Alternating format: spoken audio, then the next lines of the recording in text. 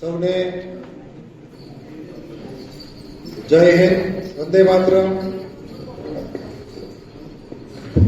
લાંબા મોડા નહોતા.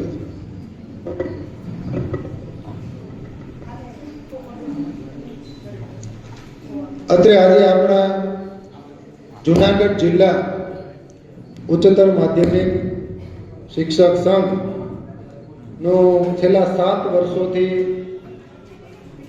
સતત એ પહેલા 1982માં જ્યારે આપણી સ્થાપના થઈ ત્યારે તો તમે ને એવું લગભગ આપણે કોઈ જોડાયેલા નહોતા, નોકરીમાં જ નહીં હોય, પણ એ લોકોએ જે સંગઠનમાં પ્રમુખ આવ્યા જિલ્લાના અને એણે સંગઠન છે ટકાવી રાખ્યું. એટલે એ ટકાવી રાખનાર તમામ ભૂતપૂર્વ પ્રમુખો જે હતા આપણે ગયા અધિવેશનમાં તમામનું બોલાવી અને સન્માન કર્યું હતું. એટલે એ બધાનો હૃદયપૂર્વક આભાર. એણે આ ટકાવ્યું હતું, આપણે આજે આગળ વધાર્યું છે. એટલે એ સંગઠિત પૂર્વ પ્રમુખોને પહેલા યાદ કરીએ, ત્યારબાદ આજના આ સેમિનાર કાર્યક્રમની અંદર અત્રે ઉપસ્થિત આપણા માનનીય અધ્યક્ષ એવા છે સુનિલભાઈ જોશી, પ્રિયવદનભાઈ કોરાટ, જે બોર્ડ મેમ્બર છે, સતત દોડતા રહેલા છે અને જે પણ કોઈ પણ ગમે ત્યારે ફોન કરે તો પ્રિયવદનભાઈ એને અચૂક જવાબ આપે અને નિરાકરણ સુધી લઈ જાય. સુનિલભાઈ જોશી મહામંડળમાં ભરતભાઈ આપણા પ્રમુખ જે છે એની જોડે સતત અઠવાડિયામાં 4 દી તો ગાંધીનગર જ હોય છે.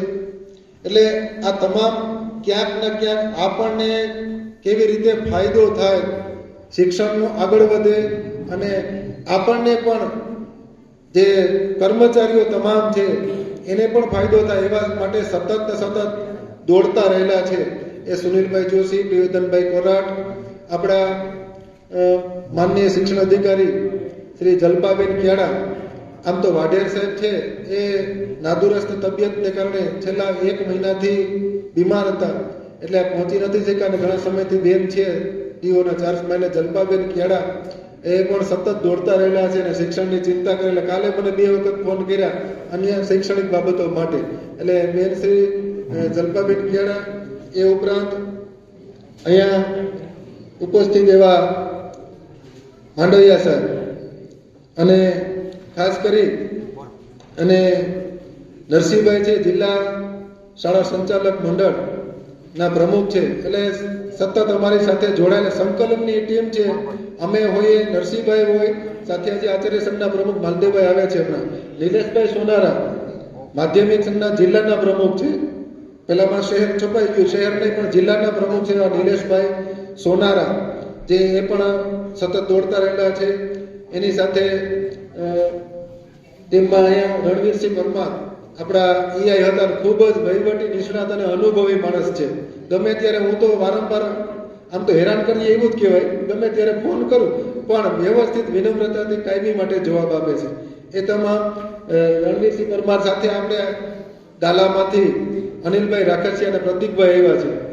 તો ગયા વખતે પણ આપણે આર્થિક સહયોગ એને આપ્યો હતો અને આપણને શૈક્ષણિક રીતે પણ ઉપયોગી થતા રહેલા છે એવા અનિલભાઈ અને સાથે પ્રતિકભાઈ.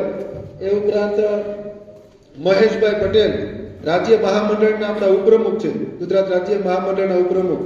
તો મહેશભાઈને પણ આવકારીએ. સાથે અહીંયા પત્રકાર મિત્રો જગદીશભાઈ હતા, પરગિયાભાઈ છે, બેનશ્રી છે, આ તમામ પત્રકાર મિત્રોને પણ આપણે આવકારીએ છીએ. અને તમામ હોદ્દેદાર મિત્રો, અન્ય હોદ્દેદાર મિત્રો પણ હશે અને તમામ સારસ્વત મિત્રો, ખાસ કરીને નિવૃત્ત ભાઈ બહેનો કે જેને માટે અને શિક્ષણની પ્રવૃત્તિનું થી અપડેટ થવા માટે આપણે પ્રોગ્રામ ગોઠવ્યો છે. તમામ જેના માર્ગદર્શન નીચે ચાલીએ એવા નિવૃત્ત ભાઈ બહેનો.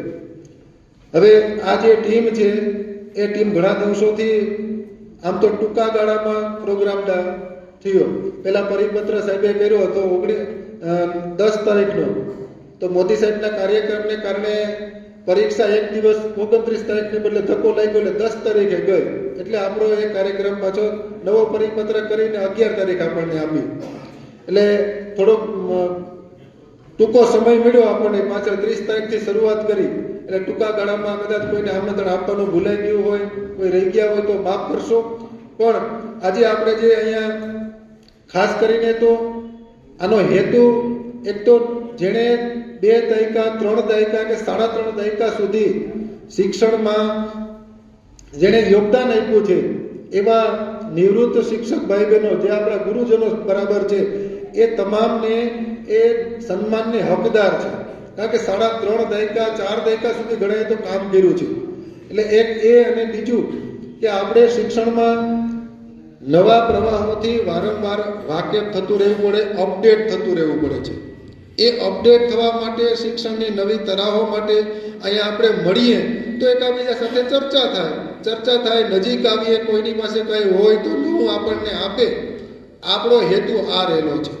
માત્ર ખાઈ પીને છૂટા થઈ જાય એના માટે તો નથી જ, પણ જમવાનું છે સરસ મજાના લાડવા બનાવ્યા છે એટલે જમ્યા વગર કોઈ જતા નહીં. હા, બધાને આમંત્રણ છે. એટલે એની સાથે આપણે જો ઘણી વખત કહીએ કે ભાઈ ફલાણી પ્રાઇવેટ સ્કૂલ, આ પ્રાઇવેટ સ્કૂલ, હું તો વારંવાર એ પણ કહું છું કે આપણે કદાચ આપણી પાસે જે તંત્ર છે, મટીરિયલ, એટલે આપણે શિક્ષકો એમાં આવીએ, એ બધું સારું છે, હોશિયાર છે, કોઈ નબળા શિક્ષકો નથી ગ્રાન્ટેડ શાળાઓમાં, પણ એ તમામ સારા શિક્ષકો છે. તો આપણે જે કંઈ સારું કાર્ય કરીએ છીએ કચાશ એટલી જ છે કે આપણે એને મીડિયામાં નથી બતાવતા, આપણે લોકો સુધી, વાલીઓ સુધી પહોંચાડતા નથી. તો એ તમામ આપણે જેટલું કંઈ સારું કામ કરીએ છીએ એ જે પ્રાઇવેટ સંસ્થાઓ છે એ જે કંઈ કાર્ય કરે છે વાલીઓ સુધી પહોંચાડી અને એને વાલીને એક વિશ્વાસ પ્રાપ્ત કરી લે છે કે નહીં અમે આવું કામ કરીએ છીએ. તો આપણને ઘણા એમ કહે છે કે અમને ક્યાં હોશિયાર છોકરા હવે આવતા નથી, મળતા નથી, પ્રાઇવેટ શાળામાં જતા. આ ખુલ્લા દિલથી આપણે એકરાર કરવો જ પડશે, જતા રહે. પણ તો એને આપણી શાળામાં લઈ આવવા હોય તો આપણે એ કેવા પ્રોગ્રામ કરે છે એના કરતાં તો આપણી પાસે માસ સારો છે આપણી પાસે. તો આપણે વાલીઓનો વિશ્વાસ સંપાદન કરશું. વિદ્યાર્થીને એમ થશે કે નહીં મને અહીંથી સારું ભણવા મળે છે, કારણ કે એ તો મફત છે.